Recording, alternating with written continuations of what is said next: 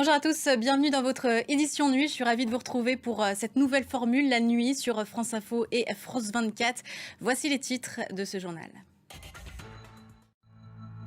Et donc, premier jour de campagne en France pour les législatives, le nouveau Front populaire a tenu un meeting dans l'est de Paris. Que retenir de ses premières prises de parole? Et une foule immense donc pour ce rassemblement en plein air. Mais cette alliance des partis de gauche et de l'extrême gauche est-elle durable? Pour Yann Brossin du Parti communiste, il était nécessaire de s'unir. Écoutez.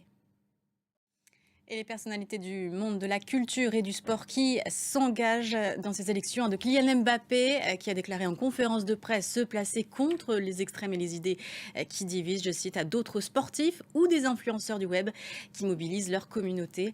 Les précisions de Julien Denis pour France 2. Situation politique compliquée en Israël pour Benjamin Netanyahou. À Jérusalem, des milliers de personnes sont descendues dans la rue. Les manifestants appellent à la démission du Premier ministre. Et les Européens, eux, ne sont toujours pas fixés cette nuit sur le futur visage de l'Union. Pas d'accord encore à ce stade. Actualité africaine, et c'est le Burkina Faso qui est de nouveau en deuil. Al-Qaïda a revendiqué dimanche l'attaque meurtrière d'une caserne militaire à Mansilla, près de la frontière avec le Niger. Au moins 107 soldats auraient été tués. Il y aurait du Hadj en pleine canicule en Arabie Saoudite. La vague de chaleur qui frappe la péninsule arabique avoisine les 50 degrés.